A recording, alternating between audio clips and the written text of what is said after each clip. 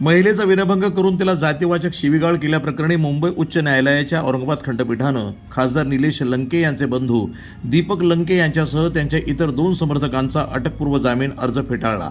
या प्रकरणातील आरोपी राहुल बबन झावरे, संदीप लक्ष्मण चौधरी आणि दीपक ज्ञानदेव लंके यांनी दाखल केलेले अटकपूर्व जामिनाचे अपील न्यायालयानं फेटाळून लावले। न्यायमूर्ती वाय.जी. खोब्रागडे यांनी दिलेल्या आदेशानुसार आरोपींना 2 आठवड्याच्या आत तपास अधिकाऱ्यांसमोर हजर राहण्याचे आदेश देण्यात आले आहेत।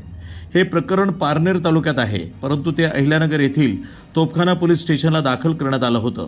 फिर्यादी महिला ही अनुसूचित जातीतील आहे। फिर्यादीनुसार दिनांक 6 जून 2024 रोजी दुपारी 12 वाजेच्या दरम्यान खासदार लंके यांचे बंधू दीपक लंके यांच्यासह 24 जण 4 चाकी वाहनामधून फिर्यादीच्या घरासमोर आले। यावेळी आरोपी राहुल बबन झावरे यानं फिर्यादीला जातीवाचक शिवीगाळ केली, तसंच फिर्यादी महिलेचे कपडे फाडून तिचा विनयभंग केला। आरोपी तेवढ्यावरच थांबले नाही तर त्यांनी या महिलेच्या पोटात लाथ मारून तिला बेदम मारहाण केली होती।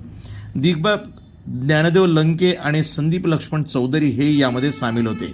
सत्र न्यायालयानं दिनांक 14 जूनला या प्रकरणातील आरोपींना जामीन मंजूर केला होता, परंतु त्यानंतर फिर्यादीने याबाबत औरंगाबाद खंडपीठात धाव घेतली होती। न्यायालयानं फिर्यादीतील आरोप हे प्रथमदर्शनी गंभीर स्वरूपाचे असून घटना ही फिर्यादीच्या घरासमोर सार्वजनिक ठिकाणी घडल्याचं स्पष्ट होत असल्याचं नमूद केलं। अनुसूचित जाती जमाती अत्याचार प्रतिबंधक कायद्याच्या कलम 3.1.31S अंतर्गत गुन्हा दाखल होत असल्यानं अशा प्रकरणात अटकपूर्व जामिनावर कायदेशीर बंदी असल्याचं न्यायालयानं ठामपणे सांगितलं। या प्रकरणामध्ये ॲडव्होकेट R.D. राऊत यांनी तर फिर्यादीतर्फे ॲडव्होकेट A.D. ओस्तवाल यांनी जोरदार युक्तिवाद केला।